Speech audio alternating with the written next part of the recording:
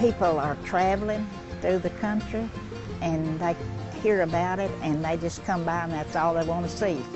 Nestled on the grounds of the Henderson Depot Museum, one building stands alone. If I lived back then, I would love to use that outhouse because it was a larger and more elaborate outhouse than any ones around. While most outhouses were built of simple plywood, prominent Henderson businessman John Arnold built his in 1908 to match his house, complete with a porch, louvered windows for ventilation, and a glass window for light. It also has 3 different size seats. It's very fancy for that time. 92-year-old Josephine Thrasher grew up in Rusk County and says she didn't have indoor plumbing until 1936 when she moved to Henderson. If they were respectable at all, they had an outhouse.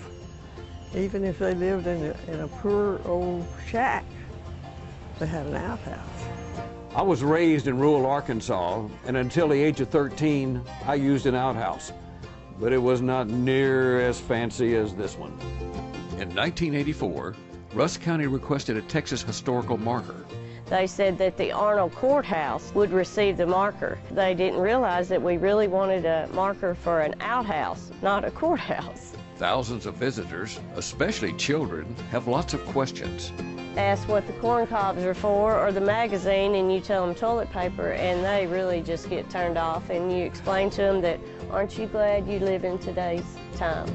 The paper in the Sears Roebuck catalog was almost as thin as our toilet tissue. The outhouses were away from the main house. Of course, they use lime, and ashes will do the same thing as lime to keep the odor down. A part of history now flushed away. I think it's just the grandest thing in the world that we have it. For CBS 19, I'm J.B. Smith. It was just really a work of art. And that's my story.